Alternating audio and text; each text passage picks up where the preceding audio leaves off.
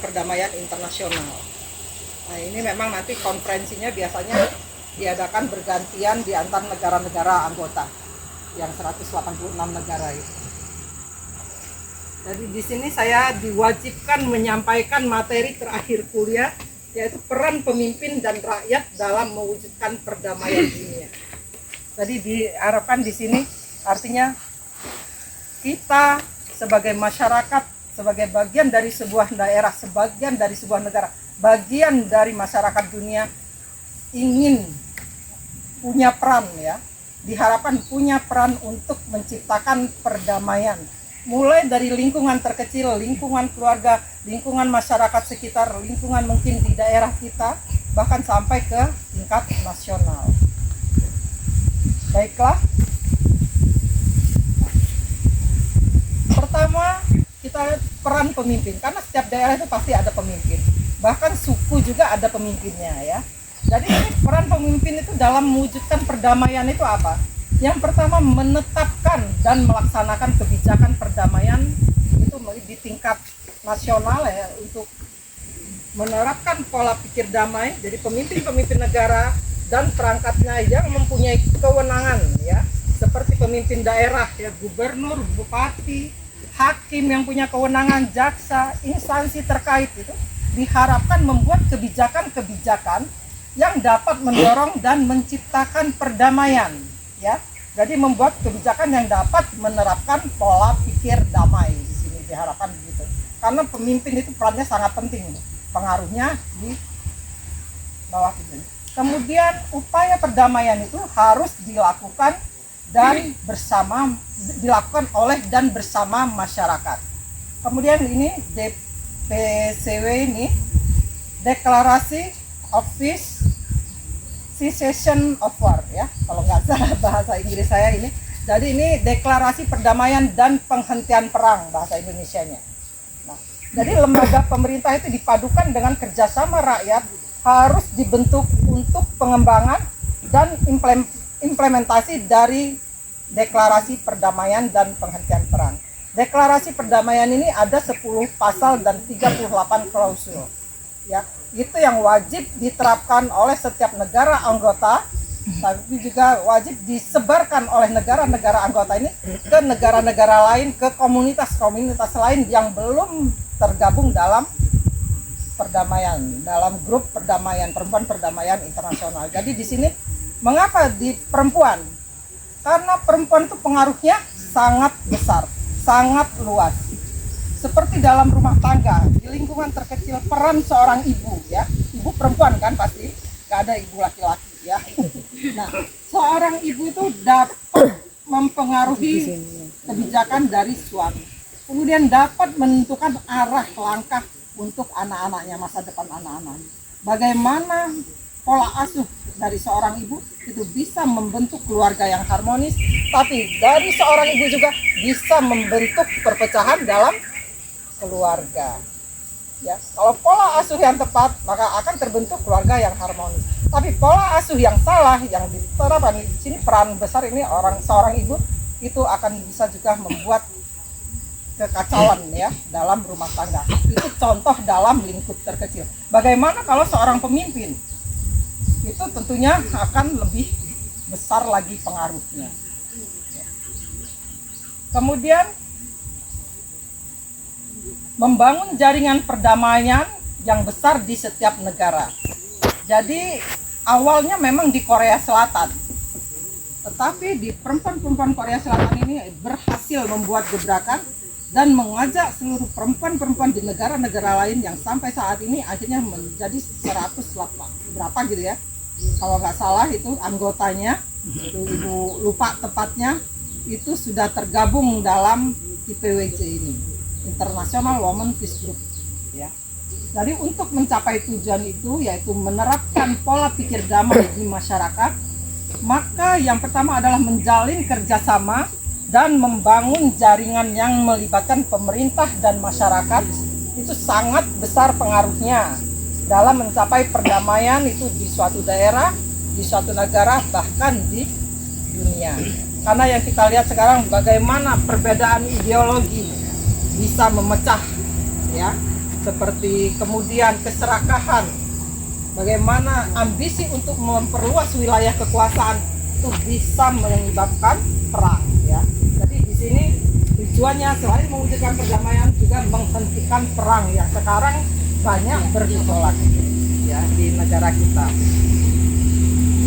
Kemudian memahami peran publisitas ya. Di sini pemberitaan atau pemasaran dalam untuk mencapai tujuan atau untuk menghasilkan atau menerapkan pola pikir ini salah ketik pola pikir damai. Publisitas itu juga sangat besar pengaruhnya ya. Jadi publisitas itu bisa melalui media elektronik, media sosial, dan melalui pemanfaatan jaringan mempunyai peran yang besar dalam mencapai perdamaian. Jadi ini bisa kita publis melalui apa aja. Dari jaringan terkecil pun misalnya kayak ini melakukan pendampingan di hotspot masing-masing. Itu kita artinya menghentikan setiap kita individu manusia atau setiap anggota siapapun itu yang punya melakukan perdamaian itu diharapkan bisa menyebarkan mengimplementasikan peran dari ini tadi untuk diinikan ke masyarakat, disebarkan di masyarakat, dan diharapkan juga bisa sebagai peredam dari hal-hal kecil yang bisa memicu perpecahan. Jangan malah menjadi provokator yang harusnya masalah kecil bisa dibesarkan. Bagaimana masalah besar dikecilkan, masalah kecil dikeluarkan. Ya. Jadi menciptakan damai. Damai itu kan apa? Indah ya.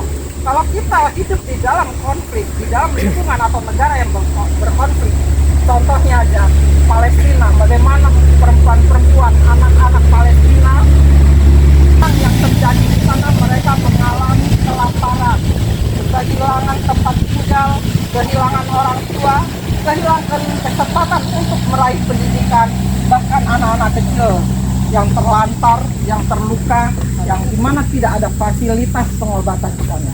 Itu akibat dari perang. Jadi bagaimana usaha kita ini selain mewujudkan perdamaian, menghentikan perang yang saat ini sedang terjadi. Dan pengaruh dari publisitas ini itu sangat besar ya dalam mencapai tujuan dari perdamaian tadi. Kemudian seorang pemimpin juga dalam mengambil kebijakan itu harus mendengarkan rakyat dan mengambil keputusan damai itu secara objektif ya.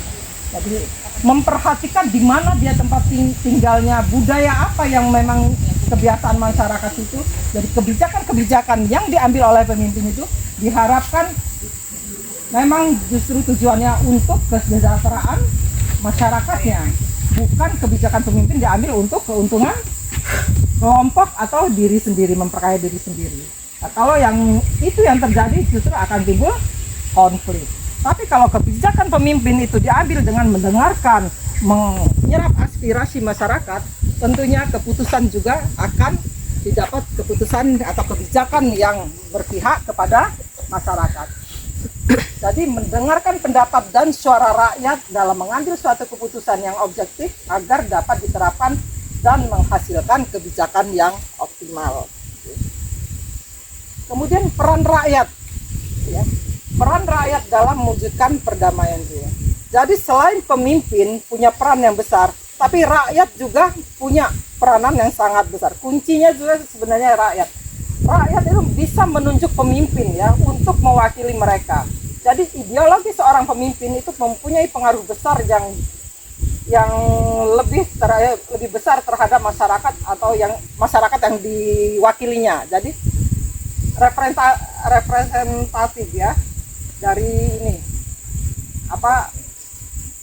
masyarakatnya. Artinya kemudian yang lagi nasib suatu negara itu terletak pada keputusan atau kebijakan yang diambil oleh pemimpinnya juga ya. Jadi apakah sebuah kebijakan itu akan membawa perdamaian atau justru akan menimbulkan perang? Nanti ada contohnya di belakang. Bagaimana seorang pemimpin negara akhirnya membuat kebijakan-kebijakan yang justru menciptakan konflik, tapi ada juga peran masyarakat di sana yang justru dengan peran masyarakat itu memperhatikan kebijakan-kebijakan, punya peran dalam kebijakan-kebijakan yang diambil pemimpin, itu menciptakan negara yang damai ya. Jadi warga mempunyai tanggung jawab atas keputusan pemimpinnya. Jadi intinya ini. Jadi kita baru melewati pilkada. Contoh kecil aja ya, pilkada kemarin. Bagaimana pilihan kita itu didasarkan, misalnya kita kadang-kadang masyarakat kita ini memilih coblos bukan berdasarkan nggak pernah baca visi misi ya. Yang berlaku itu apa tuh istilahnya tuh? Serangan pajar itu yang di ini. Jadi bukan visi misinya. Ada pemimpin yang bagus sebenarnya, yang punya potensi untuk membangun ini, tapi secara ekonomi dia nggak bisa, ini nggak ada uang, artinya ya nggak akan dipilih. Sekarang serangan duha, Bu. Jam 8. Ya, itu banyak sekali. Bahkan kemarin tuh ada tetangga saya nggak jauh. Kok nggak ke ini? Malesan, Bu. Nggak ada amplopnya. Nggak ada yang datang. Jadi mindset itu, pola pikir itu. Padahal artinya keputusan yang kita ambil, peran yang diambil oleh masyarakat itu sebenarnya menentukan. Pimpinan yang dipilih oleh masyarakat itu menentukan sebenarnya masa depan daerahnya. Dalam lingkup kecil ya. Gitu juga dalam keluarga, laki-laki, perempuan. Jodoh yang dipilih itu menentukan masa depan rumah tangganya. Salah pilih jodoh, apa akibatnya? Kawin lagi. Banyak yang begitu, pecah, akhirnya terjadi perceraian. Kalau udah kayak gitu, konflik. Kalau konflik dalam rumah tangga, siapa yang korban? Anak. Anak tidak akan bahagia yang dia tumbuh di keluarga yang tidak harmonis. Okay. Contoh, Adolf Hitler ya, Hitler ini Jerman ya, ini dikenal sebagai diktator Jerman. Tapi dia bisa meyakinkan rakyat Jerman untuk mendukung beliau. Tapi dukungan penuh dari rakyat Jerman. Jadi di sini Adolf Hitler yang mengajukan rencana yang terperinci untuk Jerman untuk menghidupkan kembali ekonomi yang runtuh dan rencana menyatukan seluruh Eropa. Itu ini dia yang dia sampaikan, rencana kejadian ke masyarakat Jerman. Jadi untuk bangkit dari keterpurukan ekonomi akibat kekalahan perang dalam Perang Dunia Pertama. Jadi karena visi yang dia sampaikan itu masyarakat Jerman mendukung penuh. Tapi masyarakat Jerman tidak tahu kalau cara yang dipakai beliau ini untuk mencapai itu banyak menimbulkan konflik, bahkan perpecahan, bahkan potensi perang di negara lain ya. Jadi keputusan atau kebijakan Hitler ini banyak membawa kerusakan dan memicu perang ya. Kemudian nah ini Denmark ini dikenal sebagai negara paling bahagia di seluruh dunia ya. Rahasianya apa? Warga Denmark ini ternyata mempunyai perhatian yang lebih besar ya terhadap pekerjaan pemimpinnya. Apa sih pemimpin yang saya pilih ini, apa kerjaannya? Visi misi yang beliau sampaikan dulu, apakah benar itu yang dijalankan? Mereka punya perhatian besar terhadap itu. Ya. Jadi ketika seorang pejabat negara itu misalnya menggunakan uang pajak mereka untuk melakukan perjalanan dinas ya dengan fasilitas mewah, itu warga Denmark itu akan sangat marah ya. Dan yang bisa dipastikan berikutnya dia tidak akan dipilih kembali ya. Jadi di sini warga Denmark ini sangat memperhatikan dan memiliki minat yang besar dalam politik. Jadi mereka begitu besar perhatiannya terhadap kebijakan-kebijakan pemimpin yang mereka pilih. Nah, karena itu akhirnya pemimpin-pemimpin di Denmark ini kerjanya pun secara hati-hati. Jadi benar-benar apa yang mereka janjikan, visi misi yang mereka janjikan, yang katanya untuk kesejahteraan masyarakat, misalnya untuk peningkatan SDM, pendidikan, itu memang benar-benar dilaksanakan. Karena memang rakyat Denmark mengawasi dengan ketat. Mereka peduli. Kalau di negara kita bahkan nggak peduli. Sudah selesai dapat duit 500 sudah nggak peduli apa yang dikerjakan oleh pemimpinnya. Nah, pola pikir ini artinya mindset yang ini yang perlu kita rubah kalau ingin kita mendapatkan pemimpin yang benar-benar bisa merubah, membawa kesejahteraan di daerah kita, ya. Jadi ini warga Denmark ini sangat mengamati dengan sangat hati-hati cara kerja pemerintahnya. Jadi mereka bagaimana peran rakyat dalam memilih dan menentukan atau memantau. Jadi mereka udah milih, mereka menentukan siapa yang mereka pilih, program kerjanya apa, kemudian itu mereka pantau. Dikerjakan benar-benar enggak? Nah, jadi di sini mereka benar-benar memilih pemimpin yang memang benar-benar memiliki pola pikir damai. Sehingga Denmark dikenal sebagai negara paling bahagia di seluruh dunia. Ya. Kemudian pentingnya monitoring dan mendorong perdamaian. Ya. Jadi kita perlu mendesak pemimpin dunia, pemimpin agama, pemimpin negara untuk mendukung hukum perdamaian internasional. Ya. Jadi hukum perdamaian internasional ini itu ada di PBB, ya. Jadi peradilan internasional PBB, tapi kadang-kadang tidak bisa benar-benar diterapkan karena menerapkan peradilan internasional itu tidak terlepas dari kondisi dan situasi suatu negara di mana peradilan itu bisa diterapkan. Misalnya banyak sekali pelanggaran HAM, negara adidaya yang melakukan pelanggaran, tetapi karena mereka keanggotanya di PBB, mereka punya yang power yang kuat, misalnya itu hukum internasional itu belum bisa benar-benar diterapkan.